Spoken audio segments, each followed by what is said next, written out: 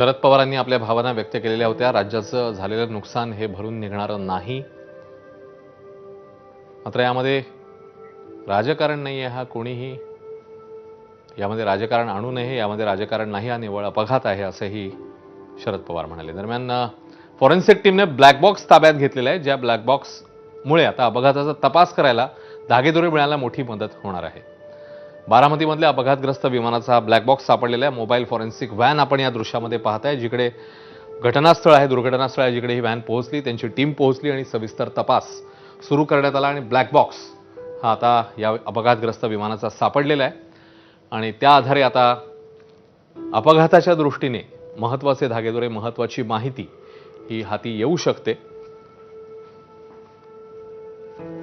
तर अपघातग्रस्त विमानाचा ब्लॅक बॉक्स सापडलेला आहे. बारामतीमध्ये हा सकाळी झालेला अपघात आणि तेच हे अपघाताचं ठिकाण आहे, जिकडे आता ही टीम पोहोचल्याचं आपल्याला बघायला मिळते. ही टीम तिकडे सविस्तर तपास करते. मात्र ब्लॅक बॉक्स सापडल्यानंतर आता तपासाकरता मोठी मदत होऊ शकते. दरम्यान पुन्हा एकदा मेडिकल कॉलेज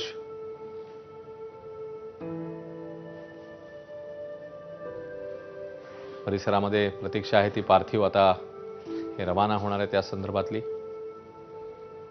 तर मोठी अपडेट येते ती अर्थातच घटनास्थळावरून. अपघातग्रस्त विमानाचा हा ब्लॅक बॉक्स फॉरेन्सिक टीमने ताब्यात घेतलाय. या ब्लॅक बॉक्सवरून आता अपघाताच्या तपासाला महत्त्वाची माहिती, महत्त्वाच्या गोष्टी समोर येण्याच्या दृष्टीने या ब्लॅक बॉक्सची मदत होऊ शकते.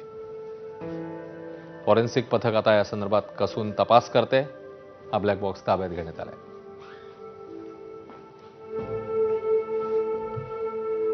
या बातमीची प्रत्येक अपडेट तुमच्यापर्यंत पोहोचवत राहू. तुर्तास एक छोटासा ब्रेक.